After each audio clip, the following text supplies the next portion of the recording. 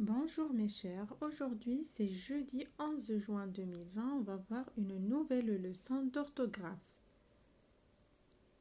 C et C. Alors ce sont aussi des homophones.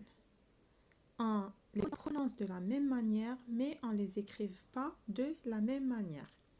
CSES, c'est un déterminant possessif. Déterminant possessif. On parle des siens. CSES, c'est le pluriel de sang et ça. Alors, sang et ça, c'est singulier. C, c'est leur pluriel. SES. On peut donc placer CSES par sang ou par ça pour savoir si il s'écrit SES. Je vais expliquer un peu plus. Dans la phrase, elle sort ses règles et ses crayons. On peut dire, bien on peut le remplacer par elle sort sa règle et son crayon. Si je peux la remplacer par ça ou bien sans, on écrira CSES. Elle sort ses règles et ses crayons. On enlève le sang et on le remplace par SES. Elle sort ses règles et ses crayons. Et pour ces CES, on a déjà vu et on a déjà dit que c'est un déterminant. Très bien, c'est un déterminant démonstratif. C'est tout ce qu'on peut montrer avec notre doigt. Et on peut remplacer CES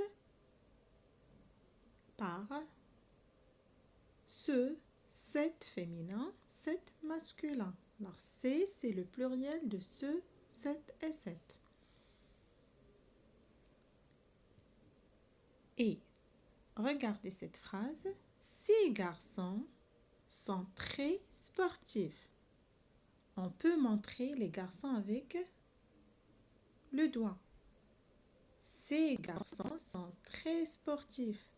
Et on peut la remplacer par ce. Ce garçon est très sportif. Ces garçons sont très sportifs. Alors, si je peux remplacer par ce ou bien cette, j'écris CES et je peux la remplacer aussi par les. J'ai déjà dit ça. Alors, voici un tout petit truc. Je peux dire, si je peux dire sans S-O-N ou bien ça, C-A, on écrira SES. Et si je ne peux pas dire sans ou bien ça, ou bien la remplacer par sans ou bien ça, automatiquement on écrit CES. Alors, voici un petit résumé. 1. CSES. Si je peux la remplacer par sans ou bien ça, j'écris SES. 2.